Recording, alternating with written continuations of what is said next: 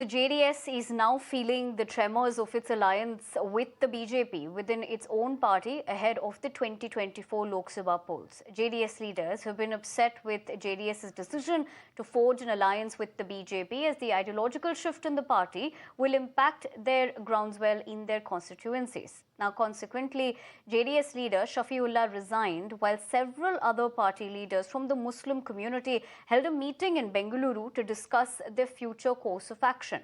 The leaders will consult their supporters, then regroup after a few days to take a final decision. Shafiullaa, who quit the JDS, said it was hard to convince the party workers of the shift in ideology that comes along with the tie-up with the BJP.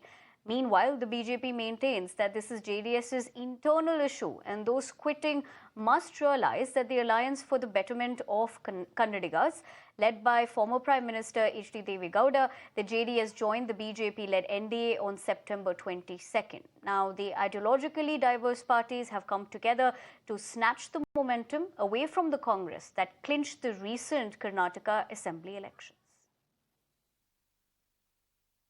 Now joining hands with a party which is indulging in kind of Gujarat in 2002 and Manipur and UP bulldozer programs in double engine Sarkar and all these things, I don't know how we have to convince our voters and convince our office bearers that now we have changed our principles from secularism to hate politics, and because of that I have resigned my senior vice president office from the party, only agitated against that kind of change in principles. We can't change our principles of secularism and we can't adjust with the hate politics of the BJP. Most of the office bearers and most of the leaders in the party are thinking on the same lines.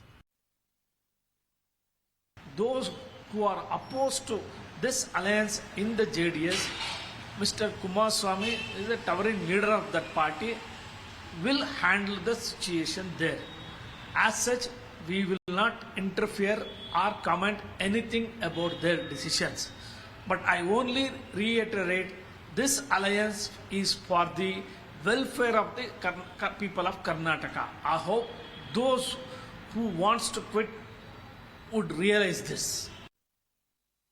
Neha, my colleague, joins me live on the broadcast. Neha, good evening. When we speak about, politics in Karnataka, this is not the first time that we're seeing how such alliances can also cause for many people to resign. But what is the latest that you're picking up? How do you politically also read into this, especially for the JDS?